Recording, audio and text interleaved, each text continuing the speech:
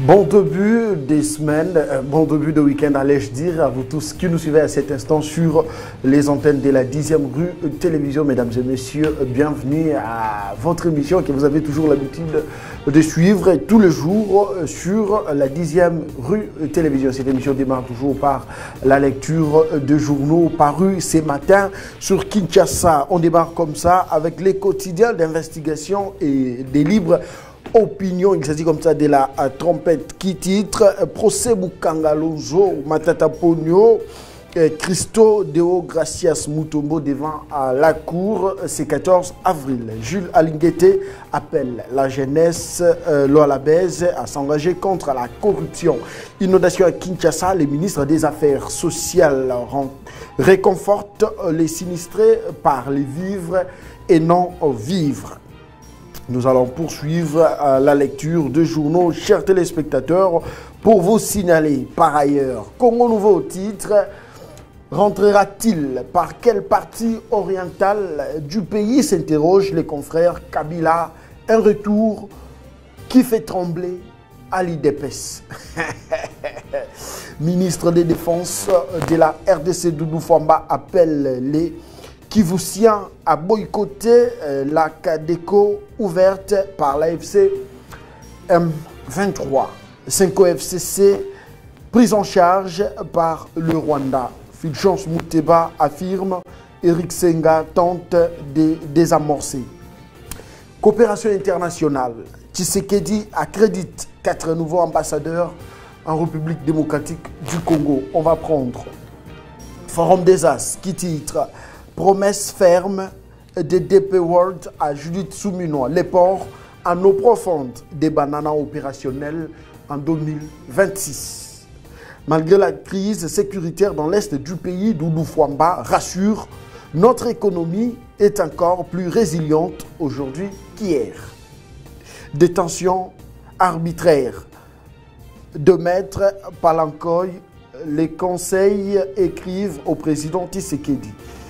Sans nouvelles de son mari depuis son épouse, demande à l'administrateur principal du Conseil national de cyberdéfense si lui et son co-détenu sont en vie ou ont été tués. Diplomatie en marche, 4 nouveaux ambassadeurs accrédités en République démocratique du Congo. Erdogan, la Turquie est un acteur mondial clé. On va finir avec le tout dernier en plateau. Il s'agit comme ça de la prospérité qui titre. Malgré la tourmente sécuritaire dans l'Est, Doudou Famba défend la consolidation d'un État budgétairement souverain. Ouganda, Ukraine, Soudan et Venezuela. RDC, Félix Tshisekedi valide les mandats des 4 nouveaux ambassadeurs accrédités à Kinshasa. Ça n'est fini pour la lecture de journaux parus ce matin sur Kinshasa. Mesdames et messieurs, une fois de plus, bon début de week-end et bienvenue à cette émission. Merci à Maro Sandemia qui est à la réalisation de cette émission. La régie assurée par le patron Loubaki, Toussaint. Ce n'est pas Daniel Bumba Loubaki, c'est Toussaint Loubaki. À ne pas confondre. Allez, des invités en plateau jusque-là. Mesdames et messieurs, je vais devoir commencer avec celui de la REP parti cher au ministre Guy Luando Mboyo, Rachidi Diama. Bonjour et bienvenue. Merci beaucoup. Bonjour à mon co-débatteur. Je salue tous les Congolais qui nous suivent en ce moment où nous allons partager le patriotisme avec vous. En premier lieu, je salue l'excellence Guy Luando Mboyo, ministre d'État, ministre de l'Aménagement des Territoires, l'autorité morale et de référence de mon parti Agissons pour la République, et également Maître Camille Richard Kalele Malobo, qui est le secrétaire général du parti AREP, qui démontre noir sur blanc son engagement chaque jour indéfectible envers la gestion quotidienne de notre parti Agissons pour la République. Je voulais dire une chose par rapport à ce qui nous est arrivé incessamment, l'inondation à Kinshasa. Vous savez, tous les Congolais, tous les hommes d'État doivent comprendre une chose, que gouverner, c'est prévoir. Car la véritable gouvernance ne se limite pas seulement à gérer le présent et aussi prévoir. Gouverner, c'est répondre aux questions ou aux désirata. Nous avons tendance de comprendre comme si ceux qui sont à la tête des institutions ne prévoit pas. Il faut prévoir. Il faut vraiment prévoir. Parce que nous avons suivi avec attention les déclarations des autorités devant les dégâts des photos solennellement lancées sur les réseaux sociaux, mais ça, ce n'est pas la solution. Il faut toujours prévoir, parce que gouverner, c'est servir, car la population est au centre de l'État. Raison pour laquelle vous allez voir que l'inondation ou la montée des eaux, c'est un phénomène tout à fait naturel. Mais à travers une étude, nous pouvons apporter quelques solutions, et cela passe par l'aménagement du territoire. Raison pour laquelle je vais ici remercier des propositions de l'autorité de référence de notre parti politique Agissons pour la République, le ministre d'État, ministre de l'aménagement du territoire, Maître Guy Luanomboyo, qui a proposé plusieurs projets allant dans ce sens. Je peux citer la politique nationale d'aménagement du territoire au niveau national, les schémas nationaux de l'aménagement du territoire et aussi le plan simple d'aménagement du territoire dans tous les niveaux. C'est question seulement que, et aujourd'hui d'ailleurs il y a les députés qui vont se rassembler aujourd'hui dans la salle du Congrès pour approuver... Il y a plénière aujourd'hui? Oui, pour approuver cette proposition. Parce que c'est opportun d'abord de promulguer cette loi et mettre en exergue. Ah, il y a déjà toute une loi? Il y a déjà toute une loi qui propose des stratégies... Un projet de loi allant dans le sens de mettre en exergue des critères et des manières... C'est aujourd'hui que ce projet sera proposé à la plénière? Aujourd'hui, vendredi, les élus nationaux vont se rassembler dans la salle du Congrès du Palais du Peuple, à l'invitation, bien sûr, du bureau de l'Assemblée nationale, pour examiner, approuver les rapports de la Commission sur l'aménagement du territoire relatif à la loi proposée par le ministre d'État, ministre de l'aménagement du territoire. Donc, je pense que c'est opportun que ces lois soient promulguées et appuyées pour que ce secteur de l'aménagement du territoire puisse avoir un avenir meilleur. Merci. Allez, tout ça, tu nous aides avec la thématique. Allez, Erlin, bonjour et bienvenue. Bonjour Chris, très heureux de me retrouver encore sur ce plateau à travers votre invitation. En tout cas, ça me réjouit beaucoup. Je voudrais ici... Vous avez suivi votre... Je l'ai suivi. Je vais également abonder sur ce qu'il vient de dire. Mais je voudrais un peu émettre un mot, un point de vue sur... les journaux parus. Oui, lorsque vous avez lu... Quel est le titre qui vous a il y a un de vos confrères qui a dit que le retour de Kabila fait peur à l'UDPS. Moi, j'estime que... Un retour qui fait trembler à l'UDPS. Qui fait trembler l'UDPS. S'interroge, hein, je me pose la question de savoir si la mentalité médiocre... Non, on ne dit pas ça. S'il vous plaît, la mentalité médiocre qui a érigé domicile ici dans ce pays, consistant à personnifier, à individualiser les institutions établies. Je me pose la question. Le président de la République, chef de l'État, il est l'homme le mieux informé de ces pays. Lorsqu'il déclare que c'est son prédécesseur qui est derrière, qui est le commanditaire principal des M23 et AFC. Mais l'AFC lui appartient. L'homme le mieux informé vous dit que c'est lui. Vous vous mettez à discuter son information comme si vous n'avez même pas l'information du coin de votre rue. Mais vous doutez de l'information du président de la République. C'est lui qui a les renseignements entre ses mains. Vraiment. Il sait de quoi il parle. Il ne peut pas... Donc, c'est-à-dire, on parvient même à minimiser, à prendre à la légère le discours du président de la République. Non, mais ça c'est grave. Il y a parfois des discours politiciens. Ici, nous sommes sur le plateau, on est en train de décortiquer l'actualité. On reconnaît qu'il y a parfois des discours politiciens qui sortent de la bouche du président de la République. Mais ce n'est pas pour nuire aux Congolais. C'est pour protéger par contre les Congolais. Parce que le président ne peut pas tout dire comme ça, tout haut. Parfois, il a des discours bien taillés là pour ne pas scandaliser l'opinion. Voilà donc c'est ce que j'ai voulu dire sur ce que le monsieur a dit. L'UDPS n'est pas un parti État. L'UDPS n'est pas un parti... Donc, c'est-à-dire que le Congo n'appartient pas à l'UDPS. Le président de la République est issu de là. D'ailleurs, au premier mandat, il n'a pas postulé comme étant membre de l'UDPS. Il n'a pas été dans comme indépendant. Deuxième mandat également. Il n'a pas été porté par l'UDPS. Mais pourquoi vous reliez seulement le président de la République à l'UDPS? Parce que c'est son père. Mais ici, le confrère a dit Kabila a un retour qui fait trembler. Non, moi je suis très contre, et puis je fustige le fait que les gens très souvent sont en train d'individualiser. Donc, c'est-à-dire, vous savez, c'est une sorte de... Pourquoi ramener le mouvement de Kabila à l'UDPS? Quel rapport a-t-il? Il n'y a aucun rapport. Kabila, c'est un monsieur qui s'est rébellé contre le pays. Qu'est-ce que l'UDPS a à voir là-dedans? C'est parce que le président de la République était membre de l'UDPS autrefois. Pour l'instant, il n'est pas membre de, il est président de la République. Ça, c'est ce que j'avais voulu dire sur ce que votre confrère a dit. Mais par rapport à ce que Rachidi vient de dire tout à l'heure, on applaudit. Nous voulons des députés comme ça, qui viennent avec des propositions pour que nous puissions aller de l'avant, pour que le pays puisse développer. Mais le problème dans ce pays n'est pas seulement les textes. Le problème, c'est l'application de ces textes-là, les suivis. Les textes, nous en avons déjà. Nous en avons. Mais l'applicabilité fait défaut. L'aménagement du territoire passe par une construction, non? Et la construction, ce sont les attributions du ministère de l'Urbanisme et de l'Habitat. Et ce ministère ne manque pas de lois ou encore de textes réglementaires. L'autre fois, j'ai parlé d'un arrêté ici, l'arrêté numéro 012 de 2016. Portant réglementation de l'octroi et délivrance des permis de construire, qui a été modifié le 31 mai 2018 par l'arrêté numéro, je crois, 023 2018.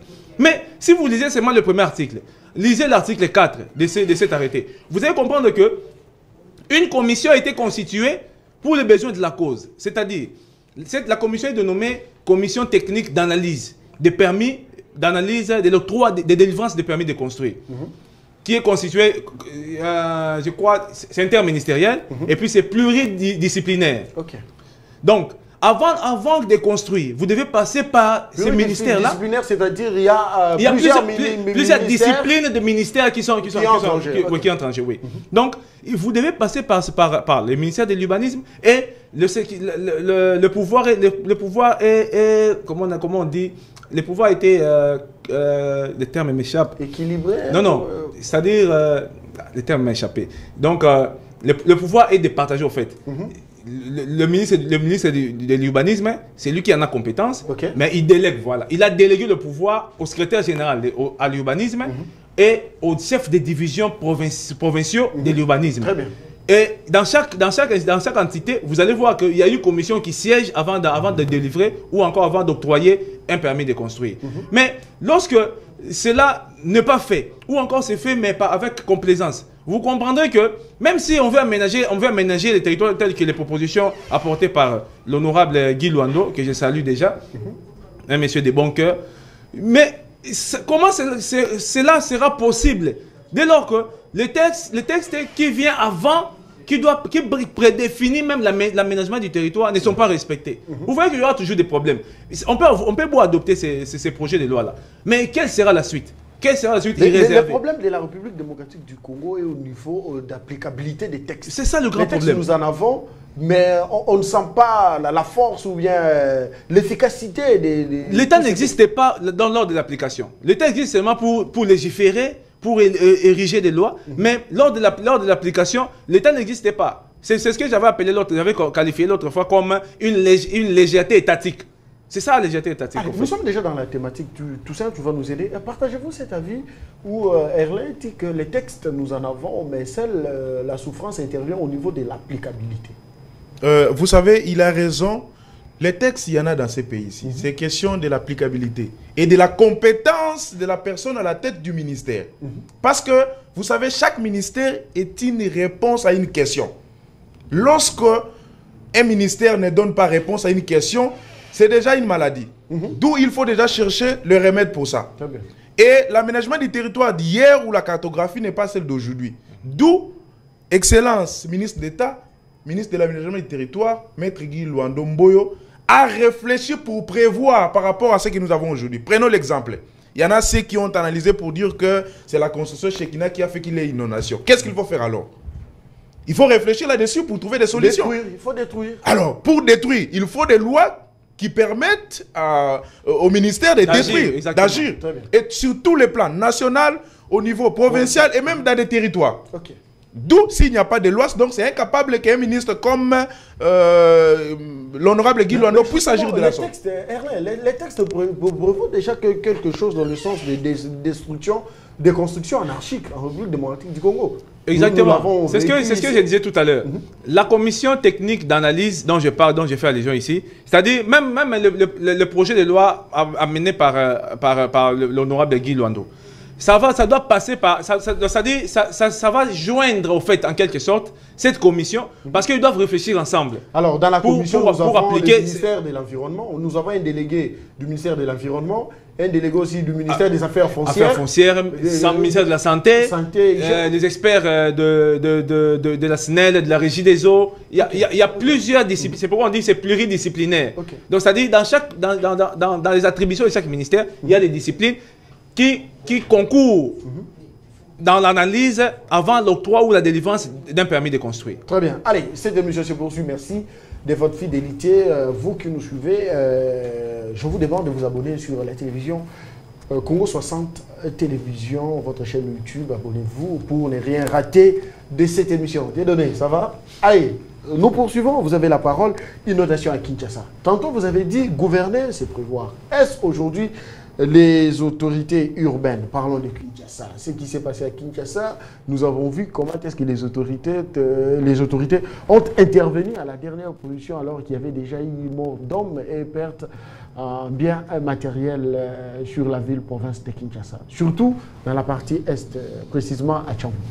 Vous savez, je venais de dire tout à l'heure que gouverner, c'est prévoir. Ce que nous remarquons amèrement est que ceux qui sont à la tête des institutions ne facilite pas à la vision du chef de l'État. Le chef de l'État n'adhère pas ou bien ne facilite pas? Ils doivent faciliter parce qu'ils ont trouvé déjà les textes, des attributions au niveau du gouvernorat, au niveau du ministère. C'est à la personne qui arrive à la tête de ces ministères de pouvoir accommoder de son compétence au texte qui est sur place. Envie de trouver des solutions. Moi, c'est la honte pour moi de dire ici que nous avons vu des autorités arriver sur le terrain, effectuer les descentes, dire voilà, mais sans toutefois prévoir. Avant que nous arrivions à cet événement, depuis que vous avez accédé à la tête du gouvernorat ou au moins d'un ministère, qu'est-ce que vous avez déjà réfléchi, proposé pour que nous ne puissions pas subir les mêmes conséquences? Ce n'est pas pour la première fois que nous vivons ça. Une chose que nous devons comprendre, qu'actuellement, Kinshasa, il y a les dynamiques démographiques qui évoluent. Il y a aussi les besoins qui changent. Il y a des zones qui évoluent rapidement. D'où il faut actualiser la vision nationale de l'aménagement. Très bien. Il faut que ceux qui sont à la tête du gouvernorat puissent travailler afin de favoriser la population à bien vivre quand même. Mais le gouverneur a tout un cabinet, il a les conseillers dans chaque secteur. Vous savez, le problème chez nous, nous n'avons pas aider le président de la République, c'est dire la vérité, comme nous sommes en train de le faire maintenant. Aider monsieur Daniel Bumba Lubaki, c'est de lui dire la vérité en face. Allez-y comprendre ce que nous avons vu. Venir avec, qu'est-ce qu'on vous appelle canon rapide. Hein? Canon rapide. Et puis, qui n'est même pas à mon état. Qui n'est même pas à mon état. Ce n'est pas un canon rapide. Regardez l'image que nous avons vendue à travers le monde. Regardez. Qui ne fonctionne pas. Qui ne fonctionne pas. Et en plus, il pose la question, genre, Bollier déjà. Est-ce que lui ne sait pas quelque chose? Oh, ça c'est faux. Mais oui, c'est ce qu'il a dit. Il pose la question à ceux qui étaient partout là. Bollier déjà. Bozana Biloko. On n'a même pas vu des images où le véhicule est même les bâtons à Biloko. Oh là là. Ça, c'est Daniel Bumba. C'est Daniel Bumba. Lubaki. Comme Toussaint Lubaki. En fait, moi, l'image. Sans vous couper la parole, moi, j'avais fustigé ça. Bumba qui arrive sur place, ça ne reflète pas. Qui demande à la population, Bossi Bollier. Bollier déjà. Moi, j'avais trouvé ça. Non, ça c'est faux. Moi, je n'ai pas vu ça. J'ai vu l'image. Ok. Il y a des images qui circulent. Il y a des images qui circulent. Et après, la population dit non, Toliété. Ce n'est pas de l'intelligence artificielle. Parce que, ouais. Il y a des images qui circulent. Vous savez, la honte n'est pas dans les mots, mais dans les actes. Des caniveaux bouchés, des constructions anarchiques. Ce n'est pas des fautes. Il a remis l'argent au bourgmestre. Il a remis l'argent. Les suivis. Nous avons parlé ici avec mon frère. Dans notre pays, il y a le problème de praticabilité. Problème de suivi dans ces pays. Très bien. Lorsque vous acceptez de rester dans des bureaux climatisés, vous n'avez pas de temps de descendre sur le terrain. Vous descendez seulement lorsqu'il y a des inondations, lorsqu'il y a des problèmes, lorsqu'il y a des dégâts. C'est un problème. J'ai dit ici que chaque institution, chaque ministère, chaque secteur, c'est une réponse à une question. D'où, si dans le ministère auquel vous êtes chef, secteur, il n'y a pas de réponse aux questions, vous avez échoué. Vous avez échoué. Prenons un exemple, j'ai réfléchi un jour. Je disais, mais nous avons dans ce pays ici le ministère des genres et familles. Qu'est-ce que ce ministère fait pour les familles? Léonie Kandolo. Oh. Rien du tout. Dans les oubliettes, hein, Léonie. Rien du tout. Ce ministère fait quoi pour les familles? le parent souffre. Elle était dynamique dans la société civile à l'époque. Elle écrivait à tout moment, elle était active. Mais depuis qu'elle est au sein de ces ministères, c'est comme si le ministère l'a éclipsé. Hein? Ça pèse tellement. Au lieu qu'elle même puisse absorber le ministère, mais c'est le ministère maintenant qui l'absorbe. Exactement. Alors, c'est genre... Aucune initiative. Oui, aucune initiative. Pas de propositions. Mais qu'est-ce que ces gens sont en train de faire? Et demain, nous allons juger Moukantombolo, notre président que nous soutenons. Or que nous oublions que les chefs du gouvernement, ce n'est pas le président de la République. C'est le premier ministre ou la première ministre, Judith Soumina Toulouka. C'est elle que nous devons juger. C'est elle qui doit chercher à réactiver, objectiver ceux qui sont à la tête des institutions. Au cas contraire, nous continuons à soutenir le président de la République et ceux qui sont incompétents, nous disons halte. Permettez de vous poser cette question. Est-ce Tshisekedi est-il trahi par ses collaborateurs? Oui, bon, je ne dirais pas trahi, mais c'est lui-même, le président de la République, qui s'est laissé faire trahir. Donc ça dit qu'il s'est laissé trahir. Dans quel sens? Allez-y. Le président de la République, il est tellement pris. Parce que vous allez comprendre que il a trouvé le pays dans une insécurité terrible. Le pays était totalement, donc je dirais totalement, la quasi-totalité du pays était entre les mains des étrangers. Et ce sont les étrangers qui dirigeaient ce pays. À travers celui qui était là et qui a dévoilé sa face. Tout à l'heure, on va en parler, j'espère bien. Non, on ne va pas en parler. Je sais qu'on va en parler. Donc, vous comprendrez qu'il est tellement pris pour récupérer la souveraineté du peuple congolais et la leur remettre. Il est tellement pris.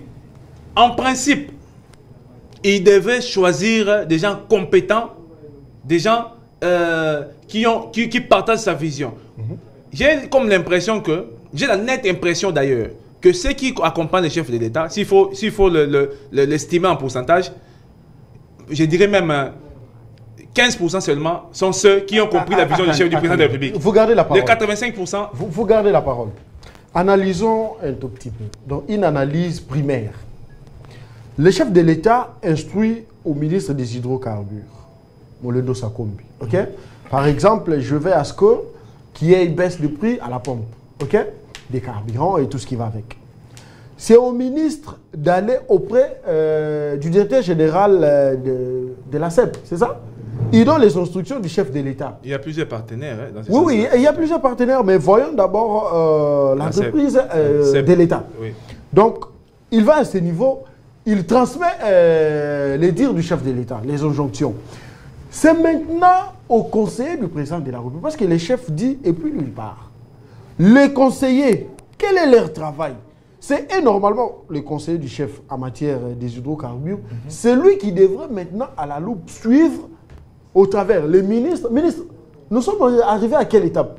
Il appelle également les DG de la CEP. C'est quoi l'évolution? Vous voyez, ce genre de suivi fait à ce qu'il n'ait pas l'inaction que nous sommes en train justement ici de décrier. Bon, Chris... N'est-ce pas la procédure? Non, ça dit, bon, moi, je vais essayer un peu s'il faut, je ne sais pas s'il faut dire recadrer, mais mettre un mot sur ce que vous venez de dire. Chaque responsable ministériel est tenu d'apporter, c'est-à-dire le conseil des ministres, lorsqu'il est organisé, c'est pour faire rapport au président de la République des activités de chaque ministère. Okay. Et ensuite, donner des propositions pour résoudre les problèmes, là où il y a des couacs, et également avoir les directives du président de la République, qui passera bien entendu par la première ministre. Vous comprendrez que, après que chaque responsable ministériel apporte son rapport, et ensuite fasse des propositions, lorsque le président de la République donne des directives à suivre et que cela ne s'applique pas, quelle doit être l'attitude ou encore la réaction du président de la République? Mais c'est à la première ministre de pouvoir faire le suivi de ce qui a été dit au Conseil des ministres. Le président de la République, en réalité, il ne fait que présider le Conseil des ministres. Mais la responsable numéro 1 du Conseil des ministres, c'est la première ministre. Parce que c'est elle qui chapeaute le conseil ministériel, c'est-à-dire c'est pour le gouvernement. C'est elle qui chapeaute le gouvernement. Et raison pour laquelle vous verrez que là, ce président lui n'est pas là, c'est pas son directeur de cabinet qui préside, mais c'est la première ministre qui préside le conseil des ministres. Donc c'est à la première ministre. C'est la raison pour laquelle une ou un premier ministre doit être efficace, doit être rigoureux. Judith n'est pas efficace. Je n'ai pas dit ça. Je suis en train de dire. Non, c'est ce que vous dites. Non, j'ai établi simplement un critérium. Ça, c'est un critérium. Efficace, rigoureux. Pour empêcher ou encore décourager ceux qui ne travaillent pas dans le gouvernement. Judith, d'ailleurs, en tant que première ministre, c'est historique, hein? Une première ministre de la République démocratique du Congo depuis 60. Non, depuis 60. Une dame a occupé la primature. Oui, c'est une première, historique. Est-ce que Judith a-t-elle un leadership éclairé pour pouvoir donner du piston à ces gouvernements? Très sincèrement, je répondrai directement qu'on ne la sent pas. La première ministre, on ne la sent pas. Il y a l'inaction du gouvernement. Elle s'affiche parce qu'en fait, c'est une démarcation. Tel que vous venez de dire, c'est une première de voir une dame à la tête du gouvernement. C'est pourquoi elle affiche. Mais dans les actions, on ne la sent pas. Madame la première ministre, on ne vous sent pas. Moi, j'avais applaudi quand on a nommé une dame. J'ai dit que, en tout cas, cette fois-ci, il y a une maman. Au moins, nous savons tous comment se comportent les mamans. Les paniers de la maman à la maison, on va devoir respirer. Hein. Oui, la maman est toujours sévère. Elle sait toujours où est situé le problème. Elle apporte toujours où est situé le problème de la famille. Elle sait prévoir. Et elle sait également prévoir. Mais j'ai comme l'impression que... Attention, le gouvernement n'est pas une famille. Hein, non, c'est-à-dire... Mais c'est la gestion commence par là. À la base. Commence par là. Et ensuite, lorsque vous deviendrez autorité, vous gérerez de la même manière que vous gérez votre foyer en toute responsabilité. Parce que nous faisons allusion à l'inaction du gouvernement. Il y a Judith qui était sur Paris. Elle vient d'être à Abu Dhabi. Elle est un peu partout, bien habillée, toujours chic. Ça, c'est bien. Elle fait la fierté de la République démocratique du Congo en termes de présentiel. Mais le problème qui se passe sur le terrain, il y a des têtes d'érosion. Angaliema, Amongafoula n'en parle même pas. Nous ne sentons pas Judith aller auprès de cette population, parler, échanger avec ces derniers, pouvoir justement évoquer ces problèmes majeurs pour apporter un ouf de soulagement à la population. Là, on ne sait pas. Allons-y actuellement au marché, regardez les prix des denrées alimentaires. C'est comme si le gouvernement est dans les oubliettes, la population est abandonnée à son triste sort. Vous savez, le vrai problème que nous devons retenir est que le clientélisme politique en RDC est une des rébellions qui tue non seulement notre peuple, mais détruit notre nation. Nous pouvons en aucun cas continuer à soutenir des incompétents. Un exemple.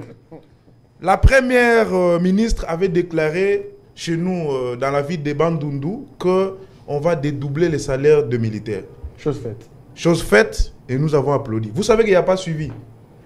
Il y a un problème. Dans le sens que nous savons très bien que si notre armée est à deux fois dans l'inefficacité, c'est parce qu'il y a des traîtres. Lorsque nous dédoublons les salaires, c'est-à-dire même les traîtres ont les salaires doublés.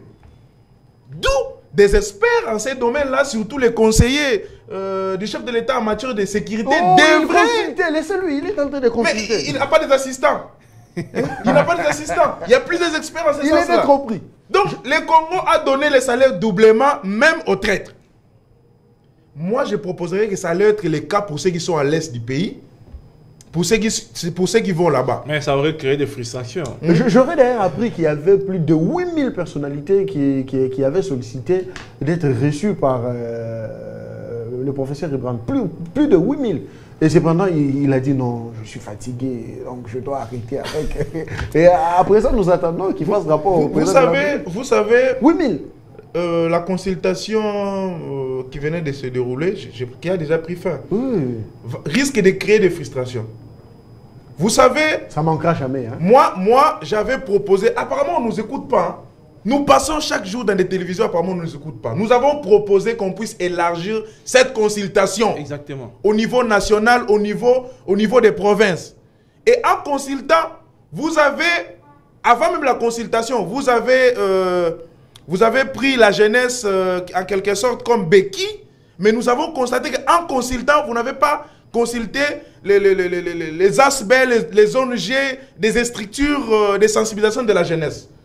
Moi, je pense que cette consultation était au but d'avoir un gouvernement de défense, un gouvernement de réponse aux crises sécuritaires et aux crises sociales. Pour ce, les conseillers devraient élargir la consultation au niveau des provinces, au niveau national, invitant des journalistes, invitant des militaires, parce qu'ils gèrent aussi certaines provinces. Inviter tout le monde, voire même des gouverneurs des provinces également. Étaient venus, ils ont été reçus, hein, quelques-uns. Mais nous remarquons que la consultation, c'était seulement pour des politiciens ou c'était pour tout le monde? Mais si c'est pour les politiciens, on a reçu le membre des Forces du Progrès en qualité de quoi? Force du Progrès. Mais si ils ont été reçus... Les forces du Progrès, ils sont dans l'UDPS. Ils sont dans l'UDPS. Politique, c'est qu'ils sont dans l'UDPS. Au fait, moi, à mon entendement, j'avais souhaité que cela puisse être élargi tel que vous venez de dire tout à l'heure, mais consulter même le groupement associatif, donc c'est-à-dire les structures de jeunes qui sont apolitiques, mais ils ont des idées constructives qui peuvent amener le pays de l'avant. Vous savez mon frère, en consultant ces structures n'est pas seulement au but qu'ils soient nommés, mais de donner au moins des propositions. C'est pourquoi j'ai dit des idées. Et ces propositions qui doivent être mises en place. Gratuitement? Ils vont donner leurs idées gratuitement comme ça? Non, mais après la consultation, il y a des jetons de présence, non? Ça ne manque jamais.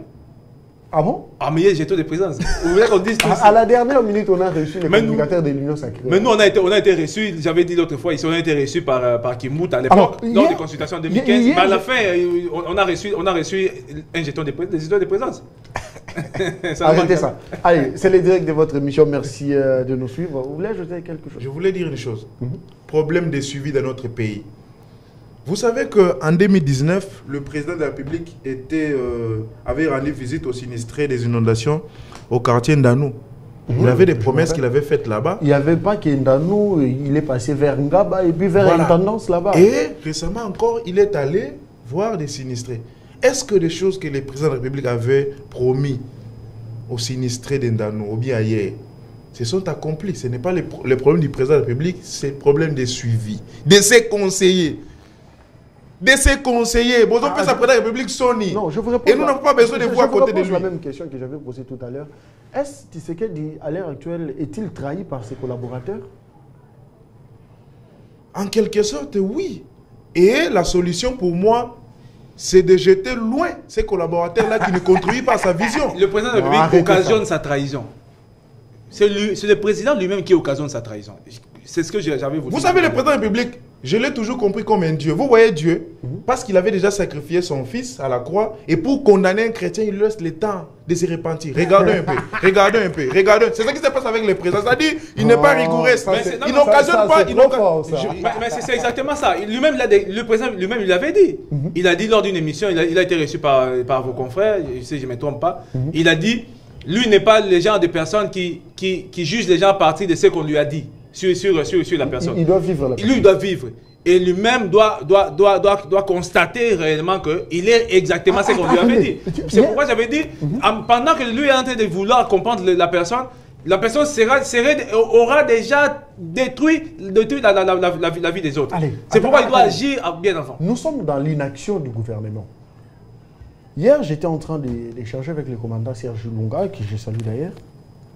Il m'a dit, une fois il est nommé Premier ministre, il fera de sorte que quand les partis politiques vont l'envoyer les noms de ceux-là qui doivent intégrer l'équipe gouvernementale, il va organiser toute une interview de 3 heures. Il va donner chaque membre 3 heures afin d'expliquer, une fois on te donne un ministère, qu'est-ce que tu vas apporter. Exactement. Apparemment, il n'y a pas un casting. Il n'y a pas un travail de fond qui est fait en ce qui concerne la nomination des ministres. Donc, c'est-à-dire, vous attendez qu'on vous apporte une monture, on vous apporte une monture et tout ça, vous regardez, non, UNC, m'a envoyé 3 nombres, j'ai choisi, pardon, celui-ci. Vous regardez AFDC, on m'a envoyé 3 noms, je prends celui-là. Et puis c'est fini. Vous les nommez. Ils s'imposent sur base de leur poids politique. Mais vous les nommez les candidats, ils envoient des candidats légers. Voilà. Vous les nommez sans pour autant les entendre. Ils doivent quand même venir. Bon, on vous donne la jeunesse. Pendant 3 heures du temps, expliquez-nous qu'est-ce que vous allez faire à la tête de ces ministères. Et il y a des professeurs experts qui sont là. Pas Qui des vous politiciens, des professeurs des universités qui sont là en train d'écouter, en train d'auditionner ce que le monsieur aura dit. Quelqu'un comme ça. Et vous allez voir, il y aura des 0 sur 20. Le ministère, par exemple, des hydrocarbures, ok? C'est un ministère purement technique. Vous voulez diriger ce ministère? Oui. Vous avez compétence? Oui. Expliquez-nous qu'est-ce que vous allez faire pendant 3 heures du temps. Et vous expliquez, Si vous persuadez les collèges, comme vous venez de le dire, à ce moment, on saura quelle note vous attribuez. Et je pense que ce genre de casting, ça fera des sortes aujourd'hui que... Vous voyez, par exemple, vous envoyez 3 noms. L'UNC, bon, je ne vais pas citer l'UNC. L'UDPS envoie 3 noms pour un ministère X.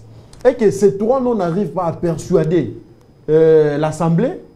Pour les jurys. On se réfère une fois de plus à l'UDPS pour dire les 3 noms que vous nous avez envoyés, ce sont des incompétents. Exactement. Ils ne sauront absolument rien faire. Allez, envoyez d'autres photos. C'est l'innovation. Voilà que ça sort d'un journaliste. Ce sont des têtes pareilles dont nous avons besoin. Oui, dont on doit consulter. C'est ce que je disais tout à l'heure. Exactement. Il fallait consulter les journalistes ont donné, ils analysent chaque jour. Journalistes pour avoir ce genre d'idées. Mais vous allez voir que c'est pourquoi j'avais dit il fallait que on reçoit les vieux Koudouraka Songo qui critiquent le gouvernement tous les jours sur son Facebook. Élargir un peu les on reçoit les fiancés de Marianne Toumba. Et nous autres là qui réfléchissons chaque jour, arrêtez avec la comédie. Mais c'est pas la comédie. Nous sommes en train de réfléchir pour l'intérêt général, pour notre nation. 3 heures du temps à chaque candidat qui aspire à être ministre. Donc c'est-à-dire, le Premier ministre est là, avec son collège, il vous entend. Expliquez qu'est-ce que vous allez faire à la tête de ces ministères. Et puis vous expliquez cela en français. Papa, les têtes vont tomber. Et vous verrez même dans certains partis politiques, ils ne vont pas envoyer les noms. Pourquoi? Parce que non, on n'a pas de personnes à envoyer parce que tous ceux-là qui partent là-bas, ils nous déçoivent. C'est ça, en fait, ce qui doit être fait. Si les chefs, les services, vous nous entendez, mais dis donc, quels sont les critères? Ils se limitent qu'au niveau de la monture. Permettez-moi de glisser un mot, parce que je viens de tomber sur ce que je disais ici, tantôt. Nous avons dit ici que dans ce pays, on n'a pas de textes ou des lois, mais c'est plutôt leur applicabilité ou encore leurs applications. Je vais ici lire, permettez-moi quelques secondes. Allez-y. Vous allez voir, les propositions de l'honorable Guy Luando sont bonnes, mais je lis l'article 6 de l'arrêté en vigueur. Hein, quel arrêté? L'arrêté du 31 mai. Numéro 023 2018. Okay. Sur portant réglementation, attendez, portant c'est la télé. Portant réglementation de l'octroi du permis de construire. Très bien. Je lis l'article 6. Vous allez voir ceux qui concourent dans cette commission. Si seulement cette commission était sérieuse, on aurait tombé dans... La commission technique d'analyse des permis de construire est dirigée par un président. Les membres, avec voix délibérative, composant la commission, sont délégués dûment mandatés pour représenter leurs services publics respectifs. Nous avons 1. Au niveau national, la commission technique d'analyse des permis de construire, présidée par les directeurs chefs de service de l'urbanisme est constitué des membres issus des ministères et établissements publics ci-après. Nous avons 1. Ministère de l'urbanisme et habitat. Les directeurs de l'urbanisme, président, urbaniste, architecte, ingénieur BTP, technicien urbain.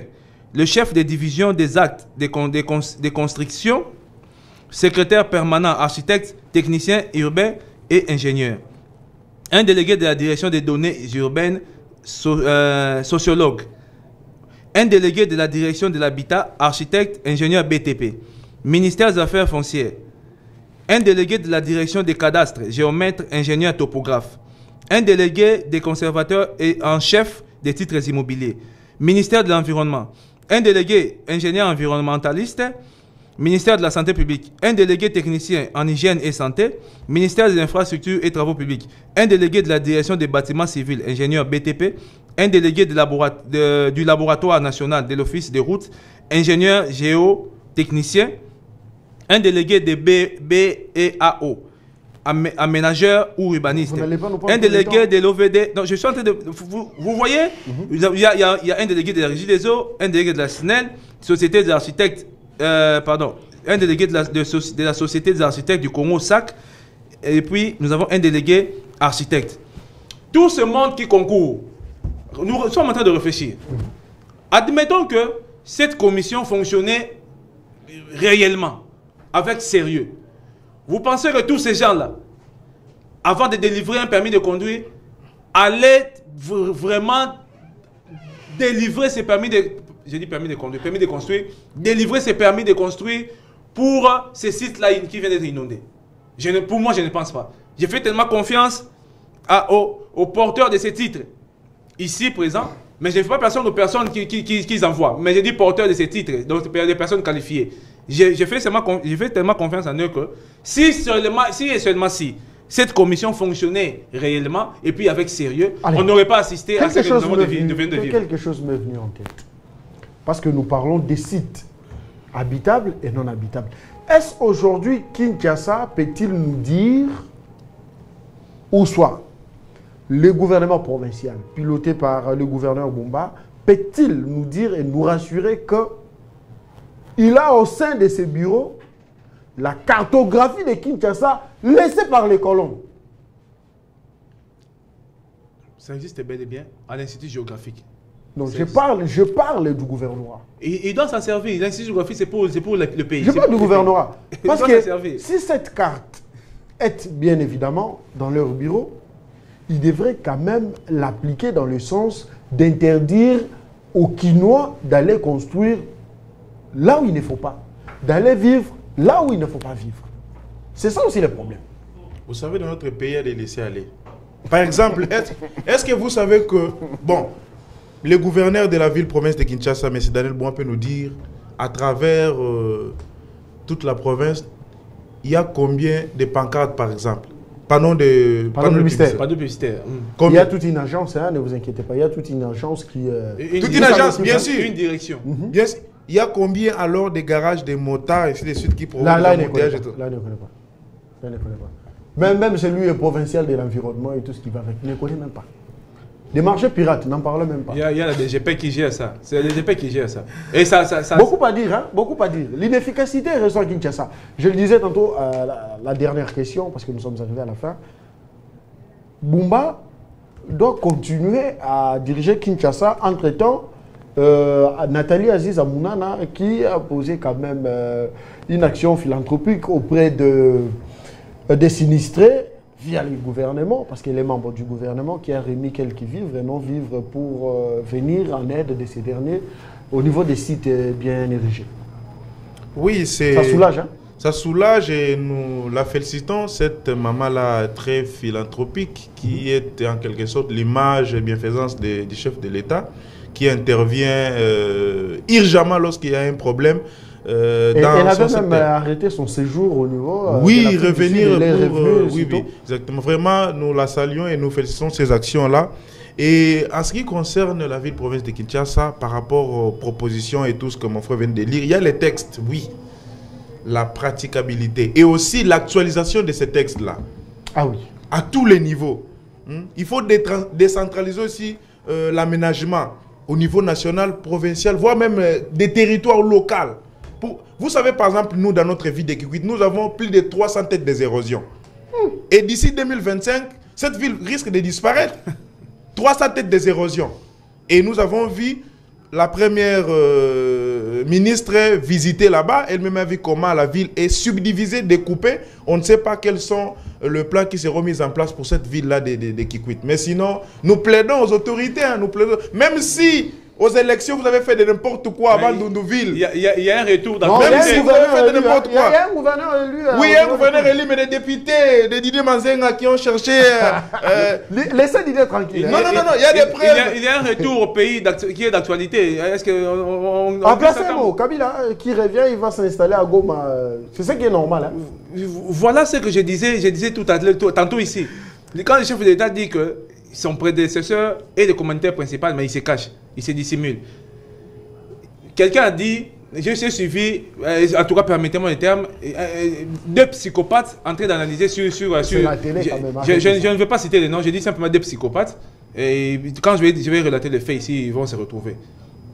Ils disent que la loi garantit la libre circulation de tous citoyens congolais à travers le territoire national, sur le territoire national. Moi, je me pose la question. Est-ce que c'est lui-là qui est en train de faire cette analyse-là? Il peut... Non, s'il vous plaît. Lui-même qui critique, qui dit que Kabila est libre de circuler partout où il veut.